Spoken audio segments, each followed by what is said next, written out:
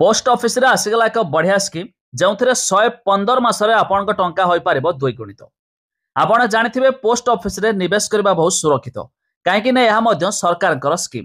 तेबे आसिला post office रे आउ एक दमदार स्कीम जहाँ आम भिडियो रे जानिबा। जदि आपण सुरक्षित निवेश चाहूथिबे आ आपणकर टंका को द्विगुणित करने चाहूथिबे शेष पर्यंत देखंतु। हेले ता पूर्व वीडियो को लाइक करंतु, सब्सक्राइब करनथिले एबे सब्सक्राइब करी पाखर थिबा बेल आइकन को दबाइ दियंतु। भारत सरकार को एक योजना अच्छी जहाँ आपण टंका को बहुत शीघ्र द्विगुणित करदेव। प्रकृत में भारत सरकार किसान विकास पत्र योजना नामक पोस्ट ऑफिस योजना रही। यह योजना 115 मासरे यार आकाउंटधारी जमा कराई टंका को द्विगुणित करें।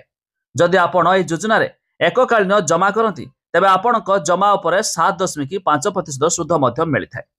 तेबे यह एक पोस्ट ऑफिस योजना किसान विकास पत्र नामक केवल चाषी बोली कहुवा यह मिथ्या। यह स्कीम रे आपण समस्ते निवेश करें। तेबे योजना रे निवेश करने द्वारा खाताधारी जमा 115 मास कि 9 वर्ष 7 मासरे द्विगुणित होता है। यह गोटे थर पर निवेश योजना। तेबे खाताधारी माने 7.5% पर्यंत सुध पाइबे। भारत सरकार योजना होइथिबारु निवेश संपूर्ण सुरक्षित। स्टॉक बाजार रे उत्थान पथान यह प्रभावित करे नहीं। सरकार द्वारा रिटर्न ग्यारंटी दिया जाउछि। आपण केवल 1000 टंकार सर्वनिम्न निवेश सहित आरंभ करें।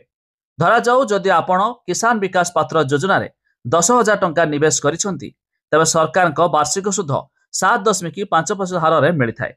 आपण प्रथम वर्ष शेष रे ही 750 टंका पाइबे।